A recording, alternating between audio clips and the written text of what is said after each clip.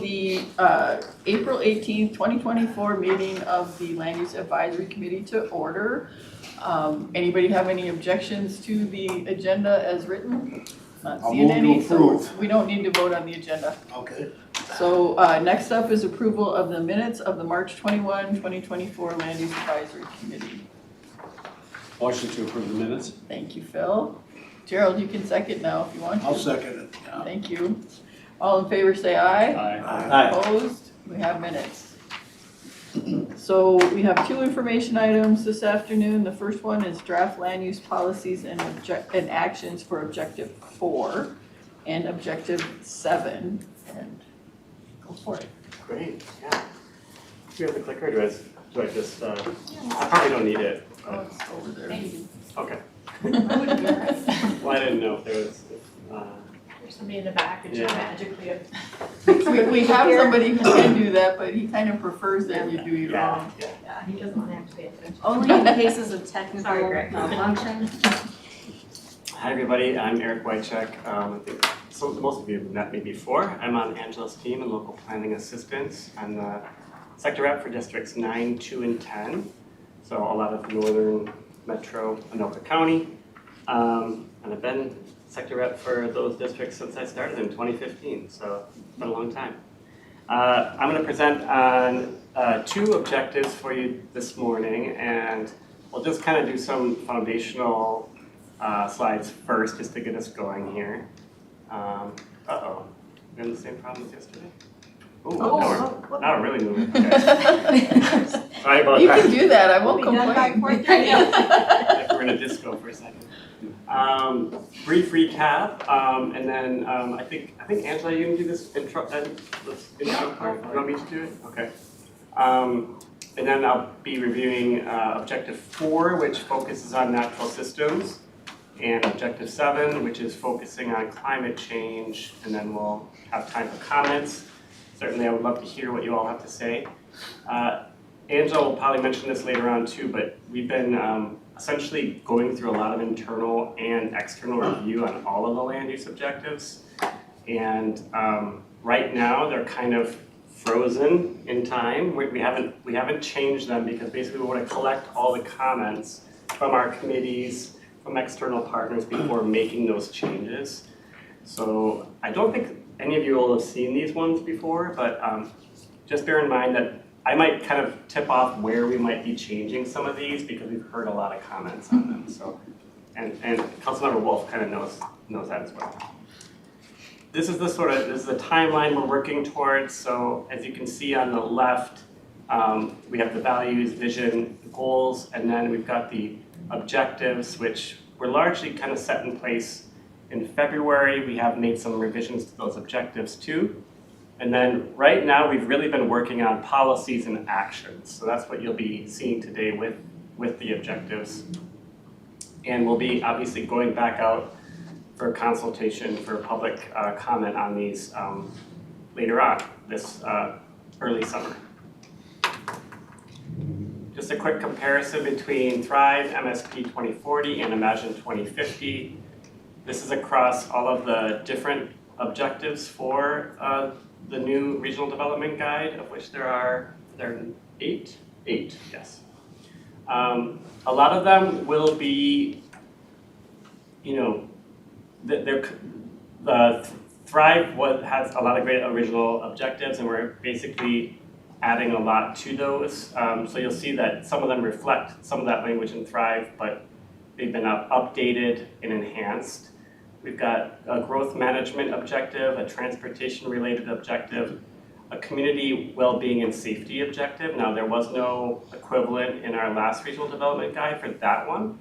Natural systems, last time that was called natural resources, so we've kind of updated that one. We have a housing objective similar to what we had in Thrive as well. Equitable development, that one also doesn't have a Thrive equivalent. Climate, that was in Thrive and will be in Imagine 2050, again updated. And then economic well-being. I'm going to jump right into what we're looking at for climate. So each of these slides kind of has like, okay, what are the new themes and the new approaches, but also what are re-emerging ideas that we took from Thrive. So this format, you'll see this with all of our objectives, is kind of a framing slide. For climate, the new themes are a stronger, more coordinated approach to climate change. Another new theme is connecting climate change to environmental justice. And then looking at urban forestry and stormwater management. And then being much more collaborative on climate with local governments and including more metrics-based performance measures for climate. Other new approaches here would be to establish climate action requirements. Some of you might be aware that the legislature last summer passed a law that changed the Metropolitan Land Planning Act to include climate. So now that's not only a requirement for the Regional Development Guide, it's also going to be a requirement for local governments. Obviously, we don't want to be in the position of mandating exactly what local governments will do in this area. We want to work with them on those requirements and provide technical assistance for them to meet those requirements. That tends to be the way we do things. So we'll be doing a lot of outreach on any sort of new climate requirements over the course of the next year. Another new approach is to expand solar development, restore and expand tree canopy coverage, providing the potential for grants-based programs that relate to climate. We haven't really done that in the past. Work with Native and marginalized communities on climate solutions. And then another new theme, which we didn't have in Thrive, was supporting more food systems planning and urban ag. We didn't really have that much in Thrive. Re-emerging ideas are things around adaptation and mitigation, so that's reducing greenhouse gas emissions and also adapting to a changing climate. Emphasis on more compact development and redevelopment for efficiency and lowering emissions, renovation and retrofitting of old buildings, and then implementation and expansion of green infrastructure, and expanding our technical assistance in climate. Now to jump into I'll be covering natural resources new approaches as well. So I'll be talking about those in a separate objective here. So for natural systems, last time we talked about natural systems and we framed that as natural resources. So this represents a sort of language change here. And part of the reason for that is to really recognize and represent the fact that natural systems are so vital for human life and recognizing the value of nature and also allowing us to have good climate solutions. So some new themes here, creating habitat connectivity across the region, enhancing public and private wildlife habitat and native plantings, assessing existing natural resources, areas, and features. So we don't have a lot of great data on natural resources and natural systems, so that's something we want to try to develop in-house for local governments, and then collaborate again with new partnerships. Another new approach would be to identify nature as a climate adaptation solution. We can design with nature or work with nature to allow for climate adaptation. Quantifying the value of natural systems, inventorying natural systems, so again, this is more that technical assistance piece. Connecting natural systems corridors, focusing on natural systems enhancement in environmental justice areas, and then new partnerships. Re-emerging ideas is really around green infrastructure and public spaces, trees, more trees, and sustainably managing water use and supply, which we did a lot in Thrive. There's a lot of policies around that. Protect water, surface water, and groundwater resources. So before I jump into those two objectives, I just wanted to ask if you had any questions on these approaches and how these differ from Thrive or these new kind of new perspectives and new approaches here. Any questions on this? Any comments? Yeah. What do you mean you have supporting local food systems? What's that got to do with land use? Great, excellent question, committee member. It has quite a lot to do with land use. We see a lot of underutilized land where there might be a funny shaped parcel that's not being used or maybe sitting derelict for a number of years. We're trying to encourage local governments to look at, could they have an interim use on that land where you have allotments or gardens so people could actually produce food locally? And a lot of that, it's not even a question of local governments getting that wrong. Quite often they just don't have the mechanism within ordinances to allow for that. So, trying to encourage them to look at zoning requirements to allow for more opportunities in that area. I hope that answers that question. Does downtowns, do they have land set aside for gardens now? Or Yeah. is that pretty much a suburb thing or something? No, that's a great question. I lived in, there's a couple great examples of this around St. Paul, just around here. One of them was there was an urban flower field at Pedro Park, which is just up by the Lunds here. That was a temporary use where we actually had pollinator habitat flowers planted there, and people were just coming out of work and having lunch in that space for, I think it was a number of years, at least 5-10 years. And then another great example is all along 94, that right-of-way is actually quite wide, the MnDOT right-of-way. And MnDOT's actually said it's okay for local community groups to come and actually set up gardening plots within the right-of-way. And they've worked with the city of St. Paul to make sure they have a water connection in those locations. So there's a lot of examples. You don't always see it when you're kind of passing through areas, but there are a lot of examples of urban ag taking place in kind of small places like this. When there are also neighborhood gardens in North Minneapolis, probably South Minneapolis. Yep, that's right. Sure.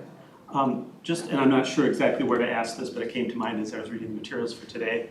In terms of how we incorporate natural systems into planning and dealing with environmental concerns or preserving or improving stormwater or things like that, I think about highly developed either urban or first-ring suburbs where I come from, and how we've over the years really eliminated a lot of prior natural systems that would have worked great for a lot of the things we would like to do now.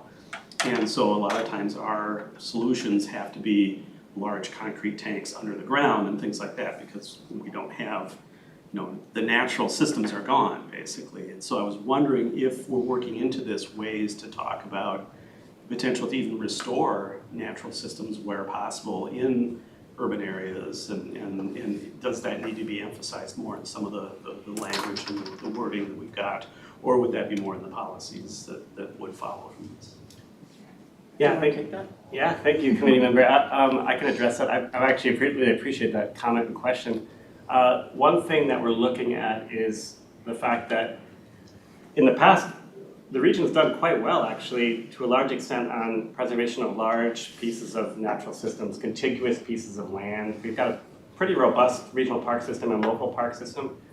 I think some of the challenge lies in how can we encourage more natural systems to be brought in as opposed to us having to go to natural systems. So there's some great examples of this, like on corporate campuses where they're converting turf grass to prairie on large corporate campuses. I know we've done that at some of our wastewater treatment plants.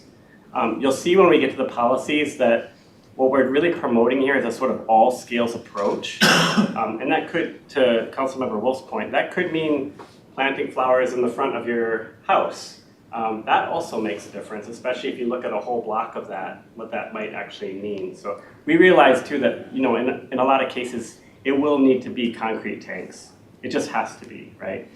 But we want to encourage other methods, like for instance, could we look more at district water, dealing with district water management, like they've done up at the Allianz football stadium or right down here at CHS Field, where it's very difficult to deal with water issues. So how can you stitch together water management across parcels and across ownership? So looking at kind of innovative approaches to try to do this.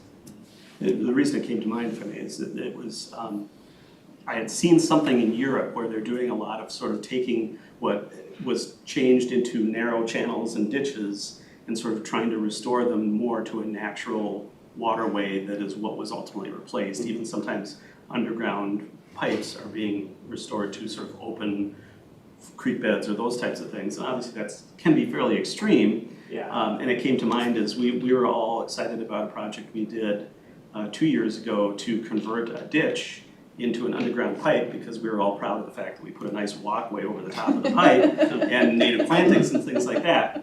And the challenge was the ditch just wasn't being maintained and it wasn't an original natural waterway, but I would guess that it probably years and years and years ago probably was, and it was converted to a ditch. And so just thinking about some of those missed opportunities, you know, or those tensions, and how we can address that in terms of policies. So that's why I brought it up, so thanks for Well, indulging. the redevelopment of the Ford plant is a good example of, you know, with daylighting the creek. Yeah. And that becomes an amenity for the community. It can be expensive to do, but it also adds a lot to property values. And there are places where even gravel mines, when they're done, they reclaim it. And like cobblestone, what is it? In Edina, starts with the C, what's Oh, the, Centennial Lakes. Centennial Lakes. Used to be a gravel mine and they made a fake lake. Development in Lakeville did the same thing. They have a whole chain of lakes and pumps that move the water around and stuff. And so there are a lot of creative ways where you can do stuff. But it does cost some money, but it adds value at the same time. Bill, did you have something? I was going to say in Rosemont about 10 years ago, as part of our parks, every park you go to, there's space that could be a community garden. So I think they have 80 of them, plots for residents to rent out. Now, as our Parks and Rec director, they have no knowledge. You gotta plow out in the fall and work the land and make sure. It took a couple of years for them to get in sync, but today, they're all signed off for a nominal fee. It might be $20 for a 20 by 20, 10 by 10 plot in neighborhoods. And what did most cities do everywhere across the metro? You have all this excess turf. You fertilize and mow for what? The fields are fine, but you have all these large areas that you could easily do that, but it's part of Park and Rec, in my view. And you have to convince them you're expanding their job.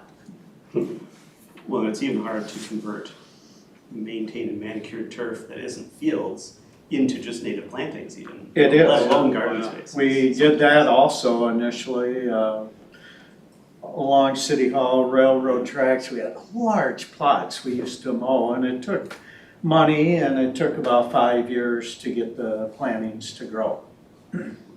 But I think pushing that and focus, especially in urban areas, there's tremendous opportunities. However, it's different, and yes, you have to manage it, and there are some costs.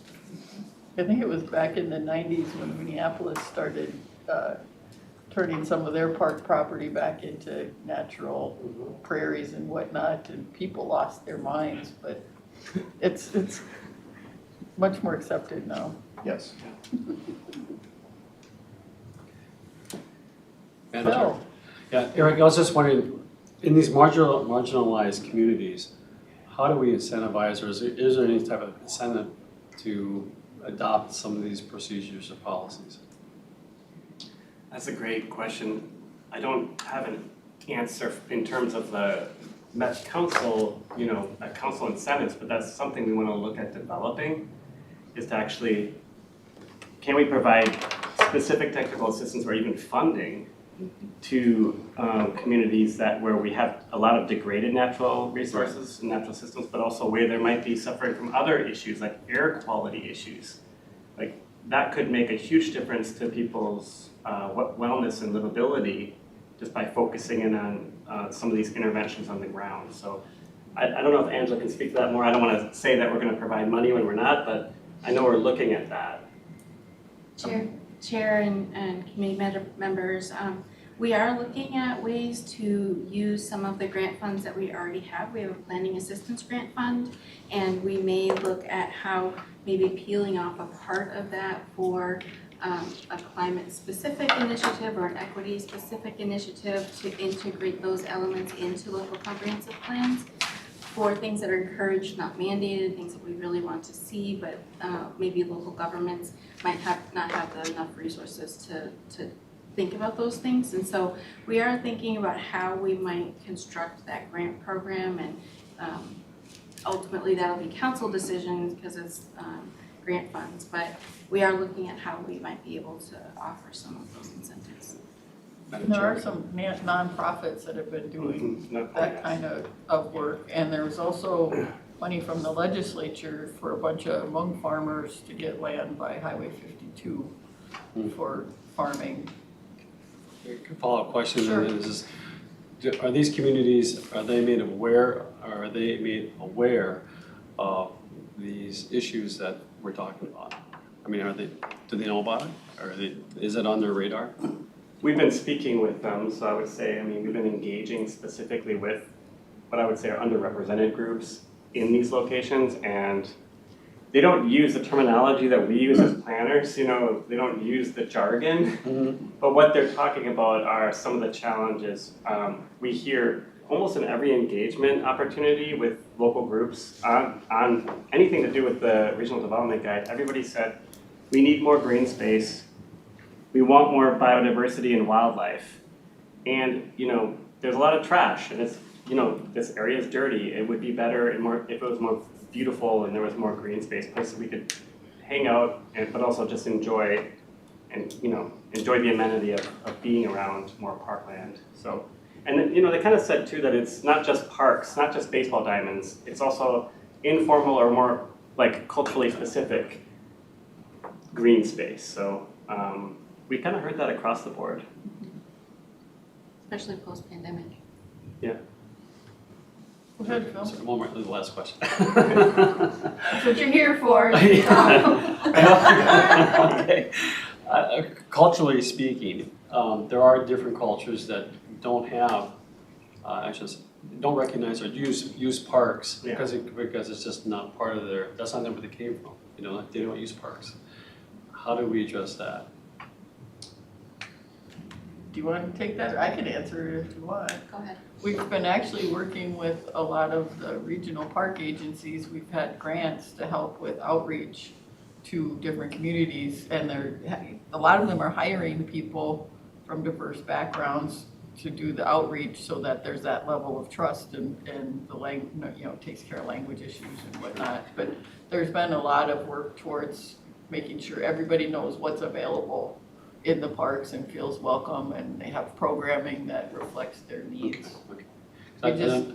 We just approved, it's like $2.2 million in equity grants for regional park agencies at our last meeting. I do know that there are some communities that you will use it, others really don't have an idea about it or have never used it from where they came from. So I was just curious about that. So thank you. There's a lot of outreach through the schools too in that regard, because once you teach the kids, they tell their parents, hey, we can go do this. And Okay. All right, I want to show off these fancy graphics.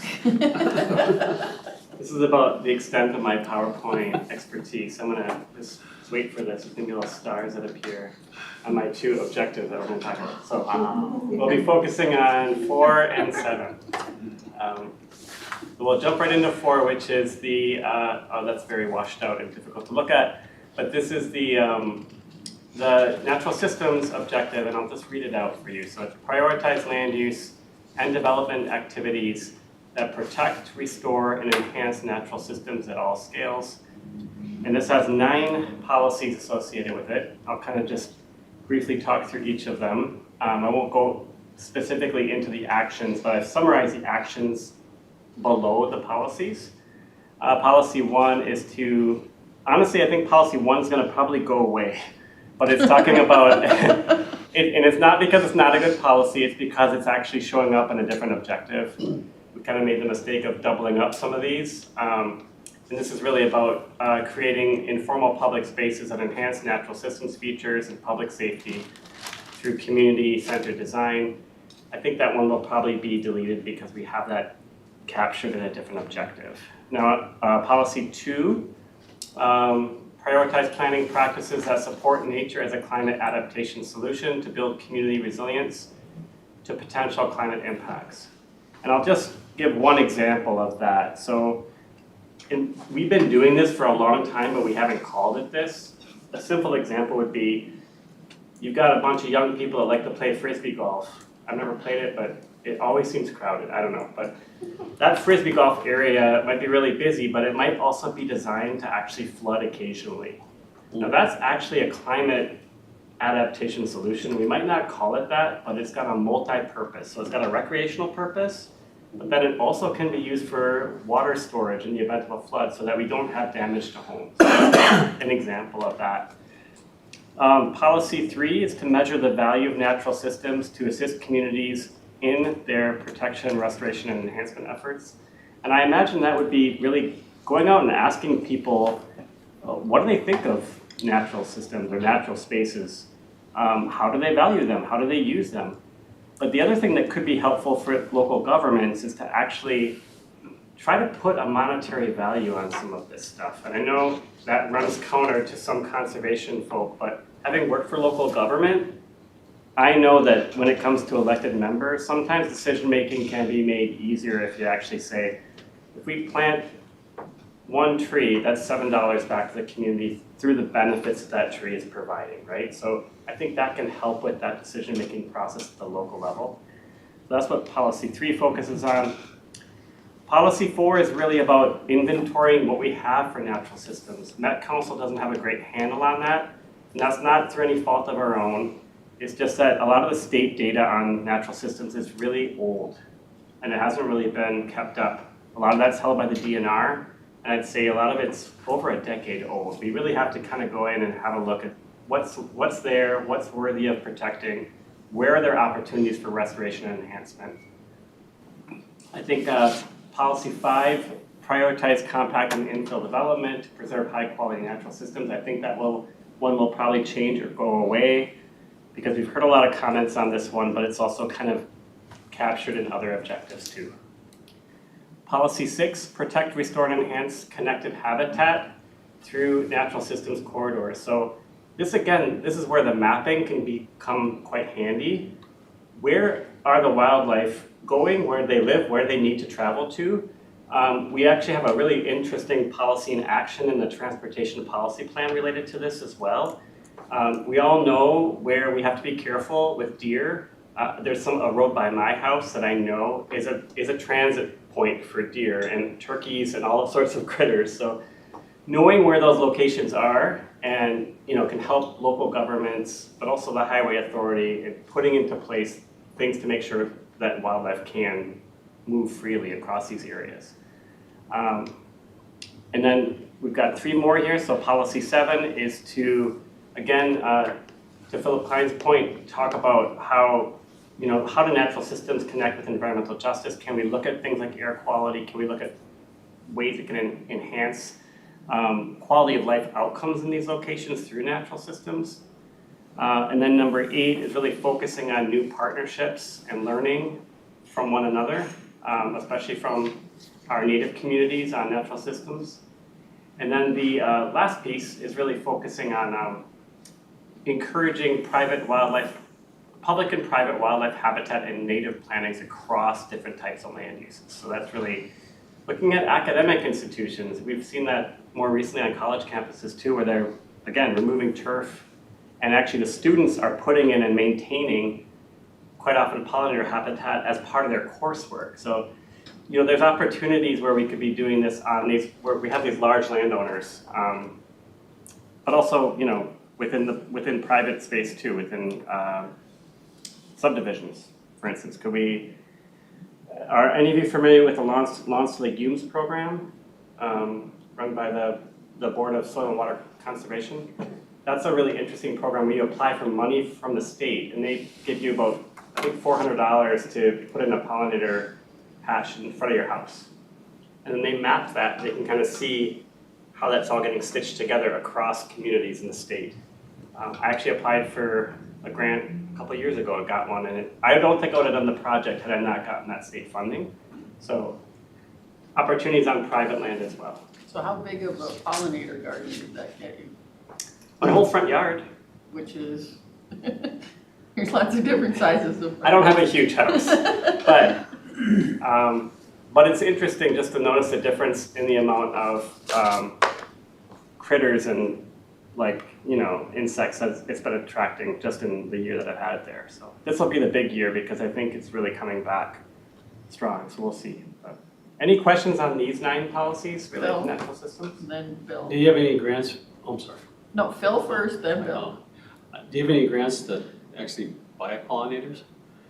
I could use He's a some. bee guy. I can't keep them alive. To buy actual pollen, okay. Yeah. No, Bee are you a hives. beekeeper? I'm trying to be. Oh, okay, we should talk about that offline. Between the bee mites. He's a bee killer right now. Yeah, right now. So far they're alive. Bill? Thank you, Madam Chair. Have you thought about how you incent these programs? Or how you could give credits to it, so local communities will buy in?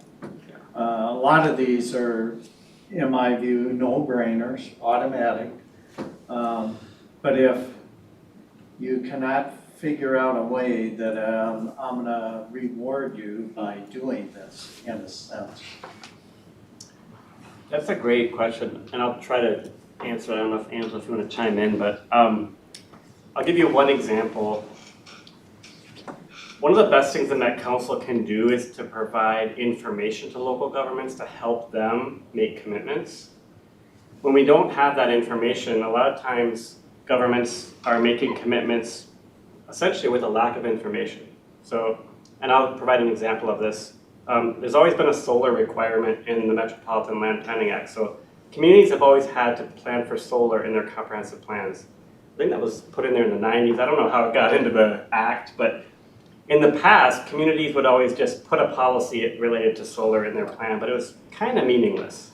It was just a kind of checkbox exercise. Well, this last round, we actually had a lot of data that we provided to local governments, not only on existing solar potential, but what is the solar, well, existing solar, but then solar potential. Sorry, we provided them with 2 numbers and a map.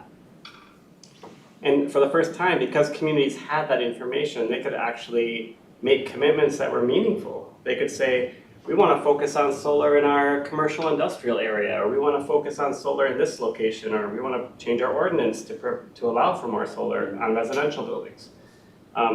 It really changed things, and I feel like with natural systems, again, this is where the rubber hits the road. If we can provide technical assistance that's meaningful for local governments, where they can actually look at a map or use a tool to look at opportunities for protection, restoration, and enhancement, they could actually identify locations within their community, and that can actually be in their natural resources chapter in their plan.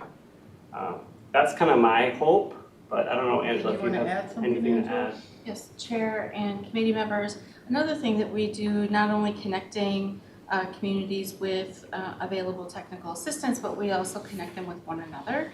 And we do local planning highlights. And so if you're looking for an example of how me as a local government has had success in doing X, Y, or Z and walking through this process, we have some lessons learned from a community that's done a project. And so we also do that kind of work with local governments to find out what kind of really good things can we celebrate amongst one another. So in some ways that's a reward, as you were saying, but we really want to highlight really good planning efforts, and so we do some of those things as well. Well, some of the things come with grants from other entities, like your lawn thing and the grants to put in the rain gardens in your yard. And like I adopted the drain in front of my house, and they sent me an email a couple weeks ago asking me if I wanted Twins tickets for being an adopted drain person. I said no, but there are all sorts of different things going on. If I may, a follow-up question, what your example on Frisbee and flood, or it's a catch basin. 20 years ago, I went out to Stapleton Airport in Denver because it's arid. They have, they were designing all their sports complexes as catch basins when they get their rains. And it was just sort of a logical. Now, DNR and different agencies, I think, have requirements for development, and the metro here requiring the stormwater catch basin standards. That's not under Met Council's purview, correct? That's right. So that would take interagency collaboration and rules so that You could do cluster development. You wouldn't have to set aside these dry, big sand holes. It sort of irritates me, that never have water. Because we're on arid sand, the whole city I'm in. I live on clay, so I have a little bit. Well, it just shows, but you have these large basins that could, based on the way we set rules. Now, I would guess they're the same whether you're on aggregate or clay, just because that's the way we set rules.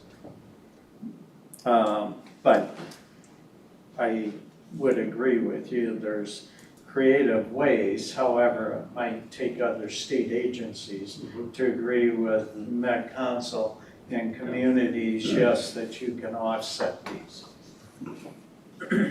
Madam Chair, if I may, for policy 4, would you mind sharing a little bit more about kind of a realistic level of detail for those inventories, and like then would the Met Council support with information on how to do that for cities, or would the Met Council provide those inventories? That's a good question. I think, this is one of these where I think the intent here was to, again, us providing guidance and information or data to allow local governments to actually inventory what they have and maybe what might be worth preserving. I know we haven't really, that certainly hasn't necessarily been a part of comprehensive plans in the past, but it does represent a bit of a shift to encourage local governments to think about, they've already got their areas under protection that are perpetually protected, but could they identify other areas that would be worthy of that? That would maybe even link in. I think your example in Roseville is actually a really interesting one, because again, that shows that scale is not really an issue. I think those sorts of examples are really interesting because there might be opportunities that communities haven't really considered, like daylighting a small stream. I know certain locations you can't do that, but if they're doing stormwater work anyway, could they do something to kind of enhance that space as opposed to it just being a heavily engineered solution? I hope that kind of answers the question. And we already have, like you said, some of that data, it's just not up to date and as detailed as we would like it to be. In some cases, the cities probably have better data, and it would just be And watersheds incorporating too. their Yeah. stuff into one big database. And it does make a difference when we call those things out, like when the Costco was built in Egan, there's a old oak forest that is there, or was there, and they actually, there's a retaining wall that's gotta be 30 or 40 feet high to make the land flat, but not take out all of the trees. And that was not cheap to do that, but they did preserve some of the trees with that retaining wall. Bill? Just a quick question, thank you. DNR has all wetlands mapped on the whole metro. Do you have that database or access in their data for your Met Council? Yes, we do. We have that information. Okay. So it's the treed areas and other unique, other than wetlands, That's right. is really what you're looking for. Yeah. Anything else? I would just add, I think that cities do have a lot of that information, but to the extent they don't, I think helping to connect people with information is always helpful, just like you mentioned with a couple of the other areas that we're looking at here. When information is provided, cities tend to be able to then use it and be more knowledgeable of it. And it, just with all of these policies, I think having them as part of the planning document that cities get to use then to do our next update to our comp plan, we're going to be looking at policy 9 and we're going to be saying, we haven't really looked at our commercial areas very much as to how we can preserve, wildlife habitat and that sort of thing. Now it's something that Met Council wants us to look at, so we will add that to the thing we're looking at as we're updating our comp plan. So I think just having those policies updated and kind of expanding into those areas beyond what maybe it has been in the past will be helpful for for cities to start thinking about their own ways to kind of deal with some of these things. Well, and those sorts of resources, can't use the word resource anymore, can we? Natural systems don't respect municipal boundaries, so one of the best things we can do is make everything come together at the edges so that it all is one giant system. These are all really valuable comments, by the way, and we are taking notes. I think Angela is, which is helpful. Well, it's all on tape, so you can review it if you forget. We do that too. I always watch the video back, so. I think we've discussed Objective 4 pretty well, but if there's anything else, otherwise we'll move on to the climate, Objective 7. This one, I must apologize, has too many policies. I'm just going to say that right out of the gate. I think we're going to have to cut some of these, but also maybe combine some of them. 12 policies is just too much. I've been told from Angela, so we're going to have to... It's not just coming from Angela. Yeah, it's coming from us. This is my problem. I'm not very good with Editing. yeah, keeping things tight. So and we've heard this from a lot of different stakeholders. So this one is implementing land use and development practices that reduce greenhouse gas emissions, embed climate adaptation, and create resilient communities. The first policy will be changed because a lot of people are kind of tripping over this phrase fit for purpose. So It's growing on us though. They liked it last night. I know, I was surprised you liked it last night, but I don't At know. the committee of the whole, sorry. Basically, the idea behind this first policy, and maybe this is the only policy we get rid of the other 11, I'm not sure. But policy 1 is engage with local governments to establish fit for purpose climate requirements in line with state statutes. So I mentioned that new requirement from the state. This is really requiring the Met Council to invite everybody to sit around the table and talk about what are the challenges you're facing with climate change, but also what are some low-hanging fruit, what are some things that as a city you would prefer to work on, maybe as opposed to other things. This would help the Met Council establish what we call those minimum requirements for comprehensive plans. And one thing I'll say about minimum requirements real quick is that we want to make sure that these climate requirements, when I say fit for purpose, what that means is fit for purpose for a Roseville, fit for purpose for an Andover, fit for purpose for Lakeville, right? So each community can kind of chart its own path to meeting those requirements based on the characteristics of that community. I think that we need to kind of recognize that the pathways to meeting those requirements will be different, and that's okay. We can't expect a Minneapolis to take the same path as a Lakeville, right? They're just different, totally different communities. So that policy 1 is really encouraging working with local governments to help establish those requirements. Policy 2 is really focusing on the urban tree canopy. We have a great tool that helps us with that now. We actually have a lot of data on tree canopy. So how do we provide that information to local governments? What do they do with that information? Can they establish canopy goals? What does that look like? That's what policy 2 is all about. Policy 3 is incentivizing urban design and development that maximizes renewable energy readiness and enhances energy efficiency. So that's just getting buildings ready for renewable energy, be they new or old buildings. Policy 4 is encouraging depaving and replacement with natural landscaping to enhance climate adaptation and resilience. People have kind of tripped over some of the language in this one too, because depaving isn't really a commonly known phrase. Basically removing concrete or asphalt from a lot of maybe underutilized land uses. Like we have a lot of retail that is probably overparked, but could that be used for other things? And it doesn't have to be landscaping necessarily, but it could even be other development perhaps. There's a lot of that going on. There is a lot of that naturally occurring, I think. And the legislature, for my say, is trying to force some of that on cities.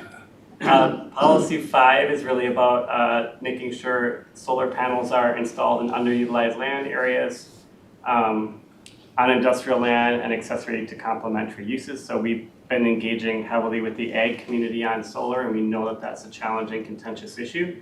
This is really kind of focusing solar on underutilized land use, not prime ag land. I just want to be clear on that.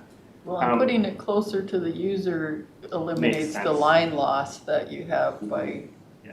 transmitting it over a long distance.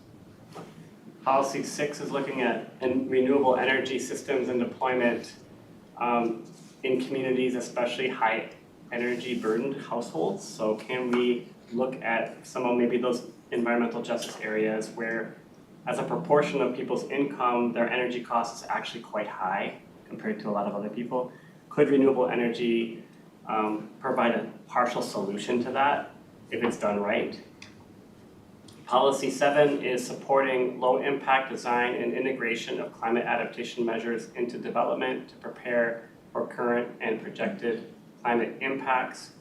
So this is really about not saying no to development, but maybe saying in these sensitive areas, maybe how we develop is important as well as not whether or not we develop, but how we develop. We've got lots of great examples of communities doing that anyway, but I think the policy is probably pretty sound. Policy 8 is create an incentive-based program for climate-focused land stewardship and development. So this would be actually providing funding through the Met Council to encourage more climate-focused land stewardship practices. We would have to develop a program related to that. There's a lot of federal funding coming through to the state, so there might be some opportunities here with Policy 8, kind of setting that up for success if we get that funding. Policy 9 is looking at new partnerships outside of our typical stakeholders. We work already very closely with local governments on climate, so can we extend that out to environmental justice communities and native partnerships as well? And then policy 10 is really, we already have these great relationships with state agencies and academic institutions, but one of the problems that I'm running into working at the Met Council is that you have the state doing one thing, you have, I just was in a meeting with Hennepin County this morning and they want to do something on natural systems data. So we want to make sure that everyone's kind of working together on this so we're not duplicating efforts. And we're also not working cross purposes. So how can we increase capacity by working together on this stuff? We're almost there, we're so close. So I apologize. Policy 11 is that food systems policy, looking at integrating local food systems and land use planning to build community resilience, access to healthy food and food security. And then finally, policy 12, I've got a lot of pushback on this from local governments, so this one might go away, but develop guidance and support for resilience hub concepts and implementation in community planning.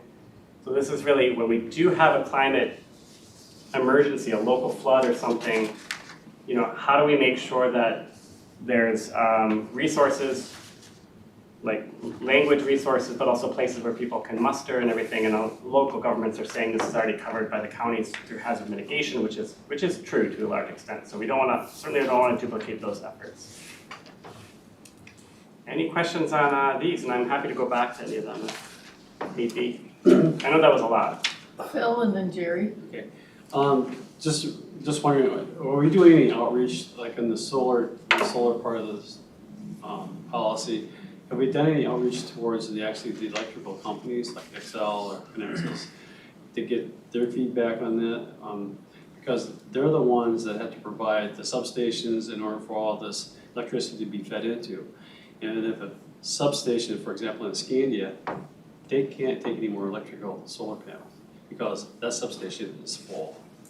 So how do we handle the capacity moving forward? I guess that's the question. Have we had conversations with those companies? That's a great question. We did some really early engagement with energy nonprofits, but also energy cooperatives that work on this stuff. But it was before we had developed these policies. That was a much kind of broader engagement, just asking them what they wanted to see in the regional development guide. So this will be going back out. And I think, you know, your point about the utility provider is really important because we know that right now there's some great issues around just what you're saying. The big companies have government relations people that's their job. So connecting with them is a really good idea. Jerry. I got a couple of questions. One, bringing up green energy, solar panels. I'm not a big fan of them yet. I'm not against the concept. So I have a two-part question. One, wouldn't it have been better to wait a little while on solar panels until the technology was better? So these panels actually produce more electricity? So they actually, what you get out of these solar gardens or projects, whatever you wanna call them, if that was 50%, 100% more electricity, then it would make sense. But to me, having these solar projects don't make sense because they don't produce enough electricity to really amount to much. I mean, we have one right next to our township shed. Now, that was there before I got there. And the big selling point to this was, wow, it's gonna cut your rates. Well, my rates haven't been cut on electricity, they keep going up. So I don't see the value of these solar projects. And two, the only reason they exist is because taxpayers really are subsidizing them. So you guys who live in cities probably look at these different than us in the rural, but I can tell you what, our residents are totally against these solar projects. And I'll give you another good example. 2 years ago, the Watertown Township passed an ordinance that outlaws, if you want a solar project on your land, you have to live on it. So there was a few, not a lot, but a few people had bought up parcels of farmland, so they were gonna put in solar projects, you see. Well, residents and everybody had a fit. You know, it's bad enough living next to one, but the owner doesn't even live there, you see, so when you talk about trying to do more of them, I think where I come from, in Carver County, you're gonna run a kind of a higher incidence of people against it, I think, than other places. Especially in Watertown Township. We have, I think, three of them, and we prevented about 2 others so far, you see. So anyway, that's my comment about solar projects. I think they should have waited a little bit. And another one, these housing developments, these wetlands, out where I come from, they're building like crazy, Victoria, Waconia, Chaska, that whole area. And when I look across, you see these swamp areas, then the houses come in, and they either made it more of a drain place or whatever, but it took away the natural, whatever was there. Now, Mother Nature created these wet spots for a reason, there's a reason for that. And you can cover them up, you can do a lot of things, but it doesn't change what's underneath, that's why they're there. Is there any more? It seems like there's not enough enforcement to keep these wet, whatever you want to call them, in their natural state, They're somehow, developers are changing them, and I'm totally against that. If they want to develop it, fine, but leave the wetlands alone. So is there any enforcement in these kind of things? Make sure they're not getting rid of these wetlands? Wetlands are protected by state law, and that's DNR's kind of bailiwick to enforce. If you get rid of one, you've got to replace it They're with. supposed to do another one, but are they really checking Yeah, that they out? really do. They Yes. Oh, you do? Yeah, Yes. They actually they do? absolutely do. Now they do. Yeah, Historically, it may not have been as well. right, but now they do. Now they do. We have 3 large sites and they're almost maxed out. We're looking at a 4th at a county level that get offset from cities. Yeah. But you can go to a lot of places and look at aerial photographs from the 40s and see a lot of wetlands. When you look at the current aerial photographs, they're not wetlands anymore, and so we've definitely lost a lot, which is why the state laws are there. Right, and as far as the rural solar panel thing, that's already reflected in the discussion that's going through. Put it on buildings and stuff, don't take good ag land and waste it with something that can go somewhere else. Yes, I just want to add as a former mayor that one of the, you're not a mayor anymore? no, But I still care. And one of the roadblocks that we would see with solar panels that I saw was that in our ordinances, because they used to be hideous, they couldn't be front street facing, and so they have to be a certain way facing in order to catch the sunlight and all that sort of thing. So educating cities that have ordinances such as that they've changed a lot. I mean, technology has come a long way, sorry, Terry, and they've changed a lot, and they're very seamless now. I mean, you can drive by and it's like you hardly even notice that they're there. So that providing cities with that kind of data and that kind of technology, letting them know what's really out there too. I don't know how many of your other cities have, restrictions, but you probably do. And so something to be said for that. Now, here in Hugo, we did put up one solar farm that we have. It's small, it's like 5 acres. And we had pushback, big time. Actually, just down the road from me. And it went in. And then I love it because it's a quiet neighbor. It really is because, and you drive by it, nobody knows anything about it. We do have a perimeter that run the perimeter, there has to be some trees, but beyond that, that's it. And nobody says a thing about it. Well, it's always a big uproar and you initially put them in, but afterwards it just kind of quiets down. It's no different than putting an apartment complex next to wherever in your community. Everything, there's gonna be more crime and et cetera, and in the end, there's nothing. But some of these are getting really big, like talking about 2,000 acres. That is true, right. Bill? First of all, yeah, I disagree with Jerry. Flint Hills Refinery put in 340 acres of solar. It's the largest behind the meter in the country, so it's directly into the refinery. 50 megawatts, enough to heat power 8,500 homes. And it's operational, and private industry would not do it, even though I'm sure they got some subsidies if there wasn't a payback. Now, to Excel, I'm sure they're not happy. They lost a third of their consumption. But Frees up capacity. That helps them shut down their plants that they want to shut down. and if you ever are out down Highway 52, take an exit and go down the back road, and it's just fields of them. But on policy 1, if I may, Yes. that particular policy to me, especially on a local government county, I think is the most important component that needs to be explained at local government. As I understand it, the state standards 2030 or 32, we have to reduce vehicle miles. It's 8% or 10%. I used to know that a month ago. And the only way you're going to do that, if you don't make connected communities, neighborhood, you're not going to reduce miles unless we figure out ways that people are going to walk without getting in the car, drive a mile and get out. And I think if you could explain that to the local communities, and by the way, it's not going to be outstate Minnesota that reduces the miles, it's going to be the urban areas.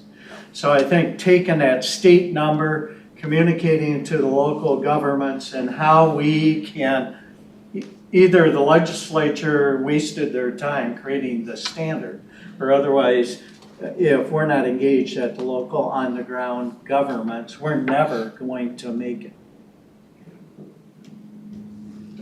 So that's probably a great segue into the next round of policies, but actually in thinking about those, there's a lot of talk, and I won't repeat this in the next one we talk about the transportation policies, but there's always talk about, putting residential and density of residential close to transportation, transit.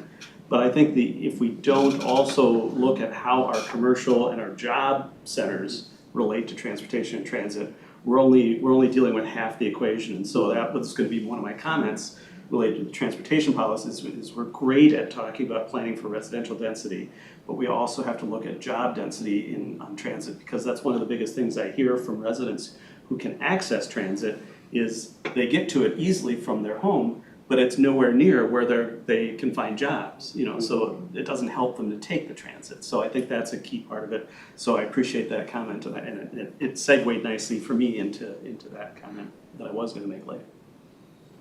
The challenge with the VMT thing is that some of that mileage our economy counts on for running, you know, like, I could always eat at home and not drive to a restaurant, but a lot of restaurants would go out of business if everybody does that. Mhm. And I don't think they've talked about that trade-off yet. Well, all I'd say, if I may, as we build out and expand as a metro, if it's walkable, I'm not cutting out the restaurant. Well, I can walk to restaurants near my house, but it gets It cold gets and boring. windy and. I have Doesn't like several, those restaurants. I have several good restaurants within walking distance, but we have weather here too. Yeah. Yes, yes. Do they deliver? They do, Okay. and there you have the vehicle miles traveled. And I don't think we're talking about eliminating vehicle miles Well, no, traveled, but just even to reduce it. reduce it, I mean, Well, comment if I may. We are not communicating out to our residents, and I'd say even at a state level, hey, the law was passed, and these are Right. the requirements in there. I don't hear any cities talking about that on their land use planning. And it is integral if you're going to achieve those outcomes. Habits have to change, designs, and I think I would, in my view, the legislature did what they did. And that empowers cities in a sense to change your message or at least inform your residents based on the state standard. so does that apply to like airlines and stuff too, or just people? You know, I don't know. Just So what's the point then? If it's about emissions, I don't, you know? Well, just communicating education is a large component, and I see the Met Council, that's part of tools. Thank you, Madam Chair. Airlines are actually regulated separately. There's federal standard, and then there's actually a lot of movement around clean fuels for airlines that we've been kind of tracking, but they're really, a lot of emissions in our region, airlines do use a lot, but a lot of emissions are just in our day-to-day activity here in this region. Even when we were recently looking at our emissions, our sources of emissions across regional inventory here, and that this includes the 11 county metro as part of our EPA grant. But even there, most of our emissions are from energy use in buildings and to power our stuff. Transportation is still a very important element of it. Transportation plays a bigger role on the statewide emissions profile. It's the largest sector, but in our region, it's the second largest sector, still important, but the energy use is probably the biggest one, which is why we do continue to focus on things like solar and moving off of fossil fuels.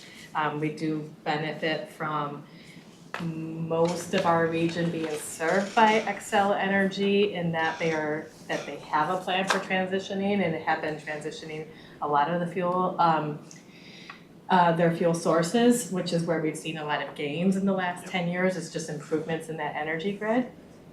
But that's not all of our utility service in this region. A lot of our, especially some of our communities are served by municipal utilities and some have other sources as well. And it doesn't account for natural gas on how we heat our homes either. Although this warm winter, my natural gas bill went down by 45%. Same here, it's fabulous.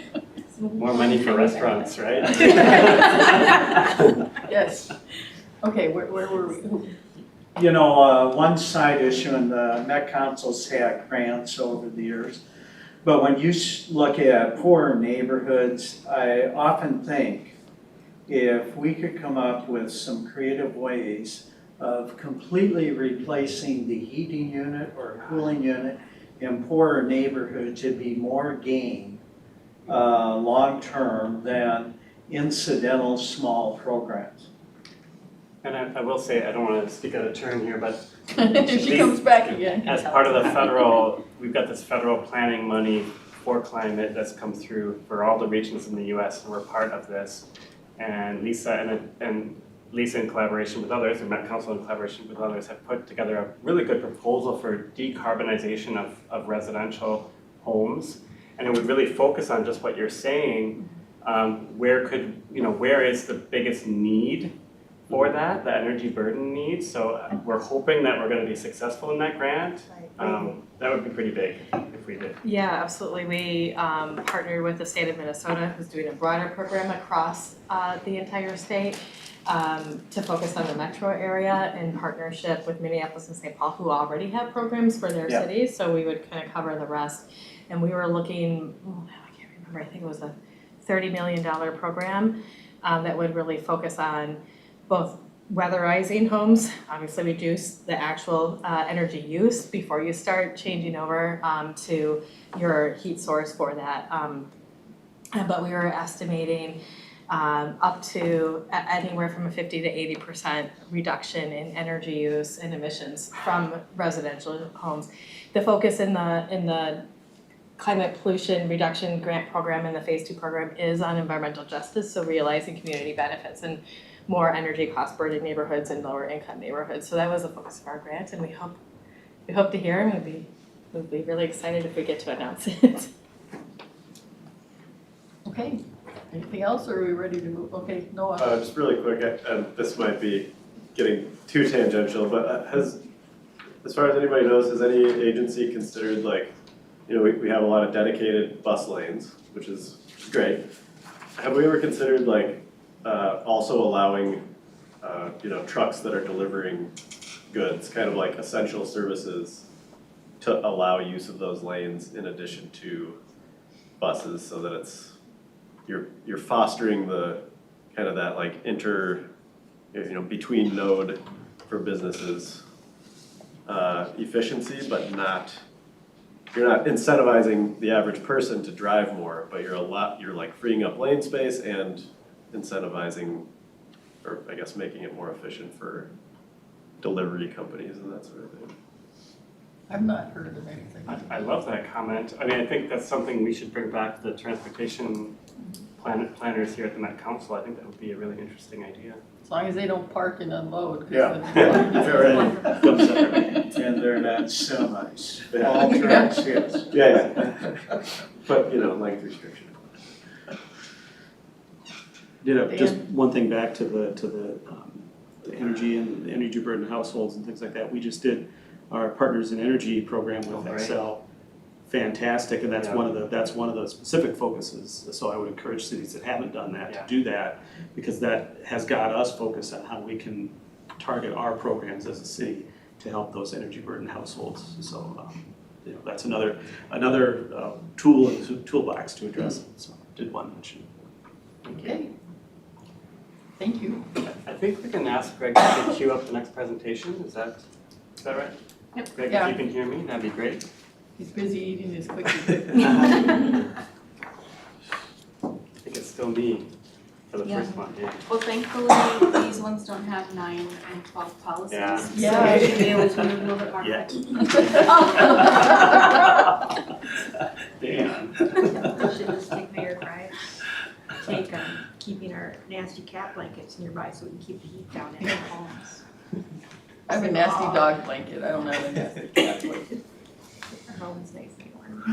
All right, we've gone through these intro slides, but I just want to kind of queue up which objectives we'll be talking about. So objective 2 and 5 and 8. I think we'll get through these. If you go to the next slide, you get to do your yellow. Yeah, maybe, I think, oh, you're right, there are some graphics. So if you're all ready for this is going to be great, because we'll have 3, I think. We got number 2, number 5, and number 8. Fancy. Anyway. Yes. I'm going to jump right into objective 2. Mayor Rowe had kind of mentioned interest in this one. I would say that this one has had a lot of comments from Metropolitan Transportation Services here at the council, because obviously they're working on the transportation policy plan. So we want to really make sure that this particular objective really aligns with the work that they're doing. So I imagine that some of the policies in this objective will be changing because of that. And I've been told by the key drafter of this objective that this version is very much in the receiving feedback stage. So it will be changing, it's very likely. So for this one, the new themes are Again, this one's focused on transportation and transit and how that connects to land use. So new themes would be planning processes that incorporate communities and prevents displacement. Transportation benefits in addressing what I'm calling your intersectional issues. So I'm not going to list all the things in that new themes, VMT reduction, water usage, but really kind of how transportation can work to address intersectional issues. New approaches would be more specific support for bike, ped, and transit-friendly land use planning. Forward-looking alignment of land use and transportation planning, making sure that those are really in lockstep with one another. Stronger emphasis on support for regional centers of economic activity. That was actually mentioned earlier in this meeting, which I appreciate. And then what's same or similar to Thrive would be the emphasis on partnerships. Really, transportation and land use is really incumbent upon strong partnerships, not just within the Met Council itself, but with other state agencies, counties, and cities. Aligning land use and transportation closely, land use and transportation to support economic performance, multimodal approach to link land use and community needs, and land development density expectations that leverage transportation investments. We saw that a lot in Thrive, so that's nothing new there. This one, let me see how many, I don't think we have quite as many. Five, great, excellent. I apologize for my many policies and the other ones. This one only has 5, so first one is support community-led planning and anti-displacement at all scales. The second policy is focusing residential and commercial development near planned transit. That's going to be nothing new, especially for the likes of Roseville and other communities sitting on this committee.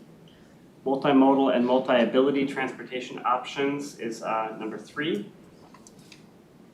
And number 4 is supporting regional centers of economic activity through land acquisition, cleanup, and accessibility.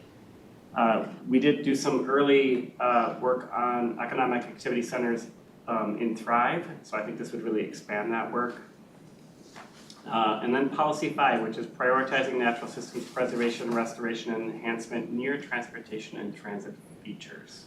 And I'm not going to read out the actions, but you've got them there, but we're happy to take any comments or questions on this objective. Who wants to go first? Get it all out on the last one? Okay, we can move on through then. I'll just say perhaps this already dealt more with connection of economic and housing than I thought it did, so that's good. That's good. No, it's actually good that you queued that up because it shows that we are hopefully thinking about some of those things. So appreciate it. Okay. Now you get to hear someone else's voice, which is great. Yeah, I'm sure you're all tired of Eric, so I'll. I'm tired of Eric. Yeah. My name is Emma Dvorak, and I'm a senior planner with Local Planning Assistance. I'm also the sector rep for District 12, and I will soon also be the sector rep for District 11, which will finish my plan of taking over the entire East Metro. Today I'm going to be talking to you about housing objective, which is objective 5, as well as the economic development objective, which is objective 8. So as I said, this is the land use objective with direction toward housing. There is, of course, also our housing policy team who are developing housing related policies. So these are directly related to the land use section. We've been working closely with that housing policy writing team to make sure that our policies are aligned. So many of the housing strategies have been carried forward or have evolved from Thrive 2040, such as promoting housing options with diverse needs, emphasizing the importance of proximity to transit and job centers, and continued partnership with our stakeholders and communities to provide technical assistance and best practices. For the housing objective, Imagine 2050 is focused on equitable engagement and decision-making that intentionally includes historically underserved and underrepresented populations. There's also a renewed focus on inclusive and diverse housing types, including repurposing of existing structures that offer residents options and opportunities to remain in their chosen neighborhoods as their lifestyles change.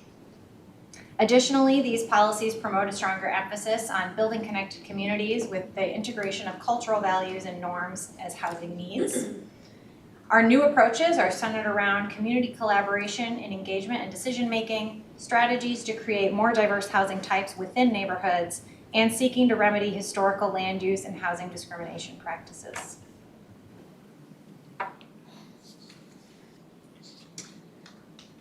So I'm a little farther along in the editing down process, so there are only 4 policies for this objective. So the housing objective is ensure that people in all types of communities find housing opportunities that align with their needs. Policy 1, support the creation of diverse housing types which are integrated and connected within neighborhoods. So this is aimed at creating neighborhoods that support a diverse range of housing types so that as families grow and change or as people's lifestyles are altered and adapted, they can remain within their chosen neighborhoods or find housing options in the communities that they choose that fit those lifestyles. Policy 2, identify the specific housing needs of the region's growing aging population and people living with disabilities. So we want to support the integration and supportive services for these populations, both within housing and close to housing developments. And we're looking to promote the universal design for residential uses of all types to provide opportunities for seniors and people with disabilities. We often hear that there are not enough opportunities for people who would like to move within their community or to a different community who are also living with a disability or aging. They are unable to find housing that meets their needs. Policy 3, prioritize a variety of housing types across all income levels close to local destinations, including neighborhood centers, public parks, transit nodes where applicable, and community gathering spaces.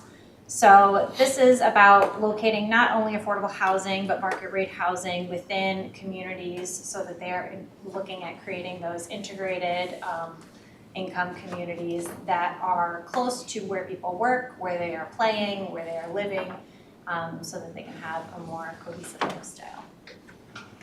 Policy 4, repurpose existing vacant or underutilized buildings for affordable housing.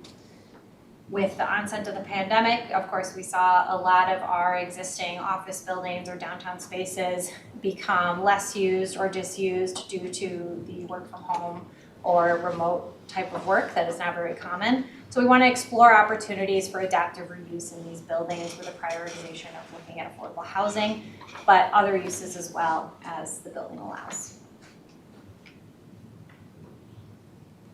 Thank you. So that's the 4 policies. So on policy 4, is part of the reasoning behind that sometimes repurposing existing can be more affordable to do as a way to achieve affordable housing? Is that one of the thoughts behind that, or is there other thoughts behind that? The thought behind that is to emphasize the need for affordable housing. It may not necessarily be more affordable. It is at times, depending on the type of building.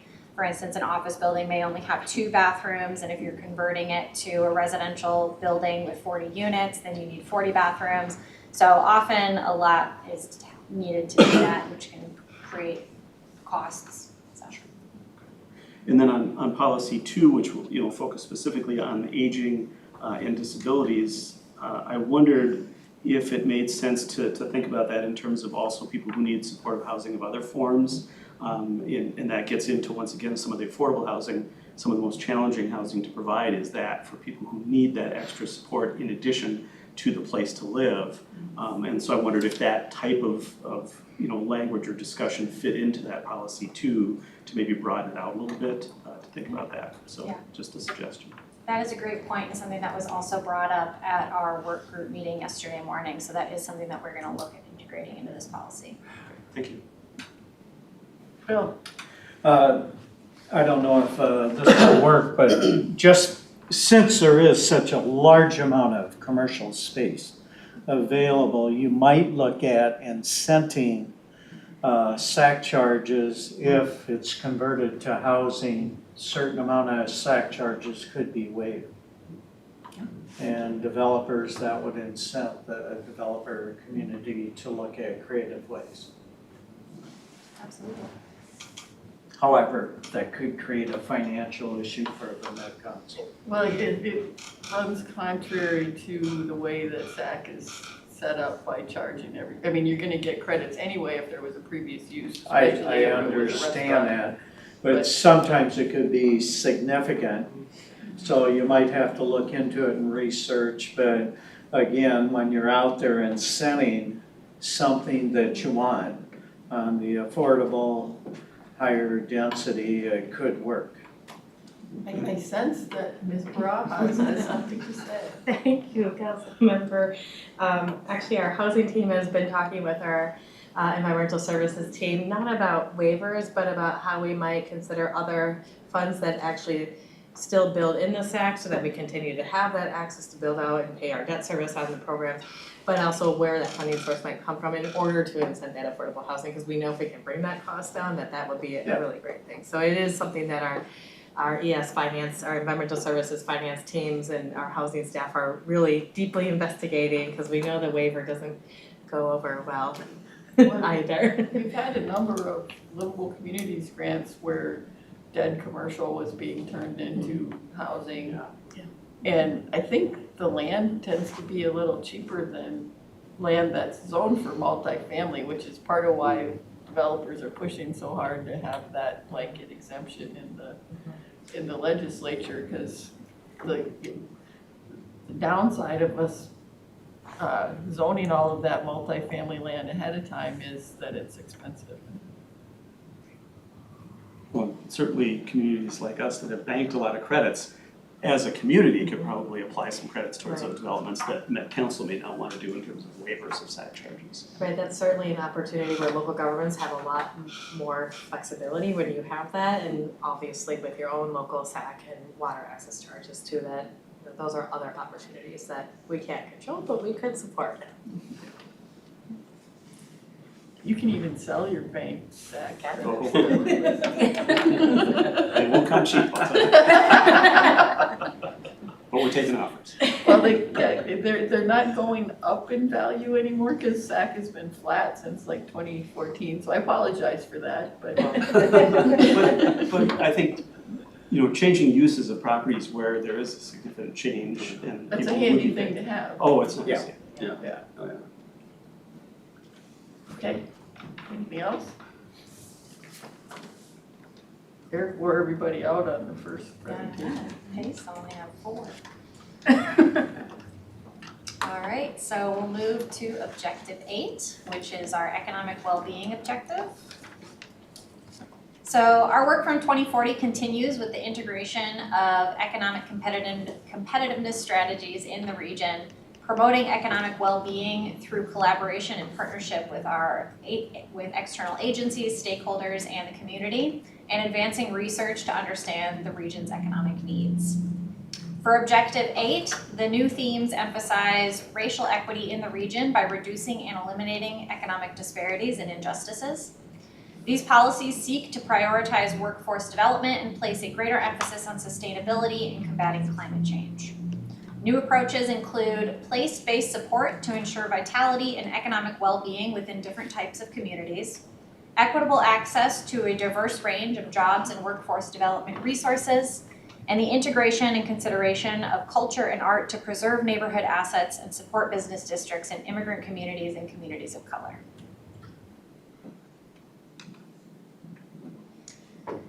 So the economic well-being objective is support the economic well-being of our region and its communities. Policy 1, support efforts to keep the region affordable for residents, travelers, and businesses.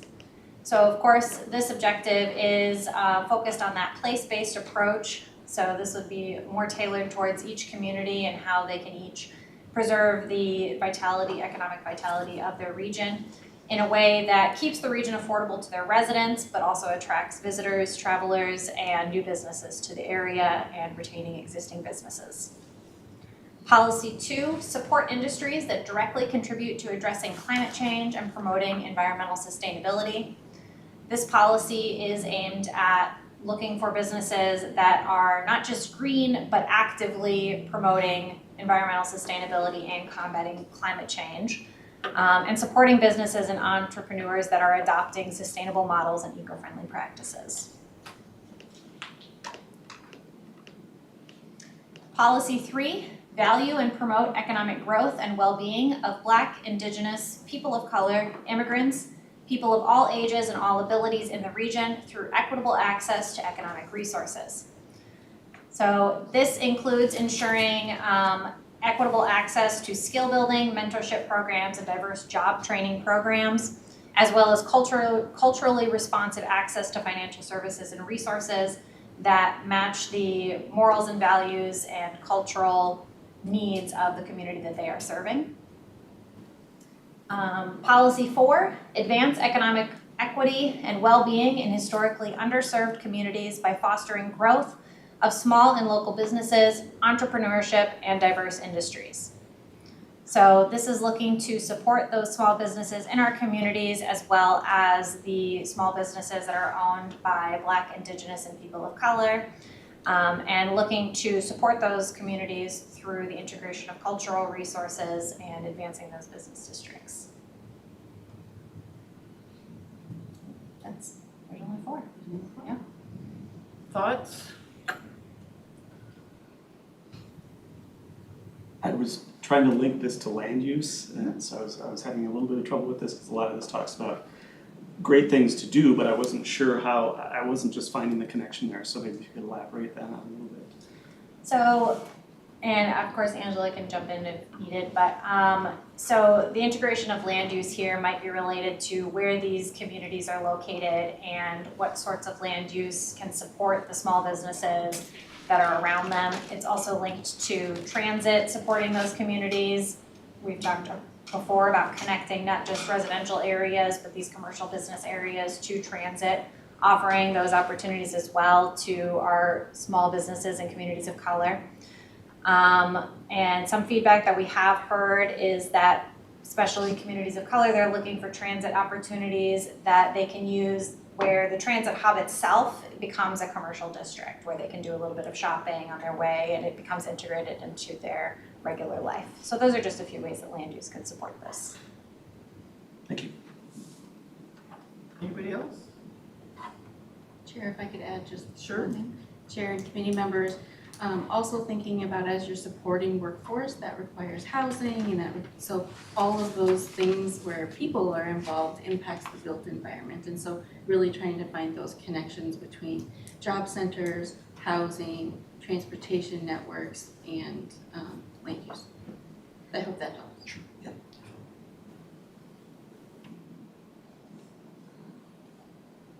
I would imagine that safety is a big thing on there too after, you know, what happened on Lake Street. There were a lot of small businesses that were devastated. And knowing when you're gonna make an investment in a business that it's still going to be there, I think is an important factor in deciding where you're gonna invest.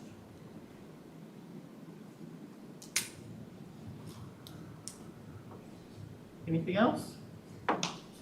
I just got a question of this culturally responsive access to financial services and resources. I guess could you elaborate a little bit more on what that is? Yeah, so we've conducted engagement with a number of historically underrepresented communities, including the East African and Islamic community. And one thing that we heard from them is that because Islam does not allow for the accruing of interest as part of a loan, it can be something that is difficult to access if they're looking to open a business or as an entrepreneur. Or even in terms of housing, a financial resource for housing. So looking at ways that we can support culturally responsive access to housing and financial resources that support the values of those communities. Madam Chair. Sure. I guess in response to that, were they, when they immigrated here, how did those countries handle that interest side? Any idea? Have we ever investigated that or not? That's not something I know, actually. This is a relatively new part of our policy, so it would definitely be something we would explore. There have been some organizations and banks that are Yes. working on Yeah. those sorts of things.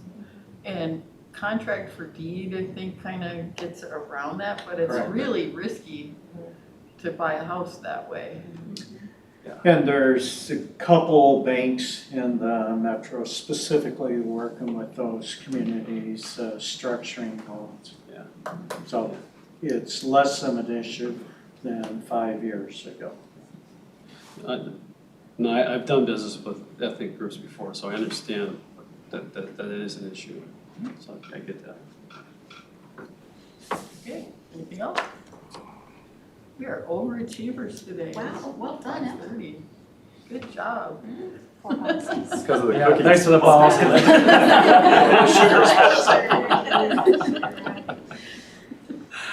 Okay, well, any announcements or anything that anybody needs to make? Otherwise, we will see you next month. With no further business to come before us, this meeting is adjourned.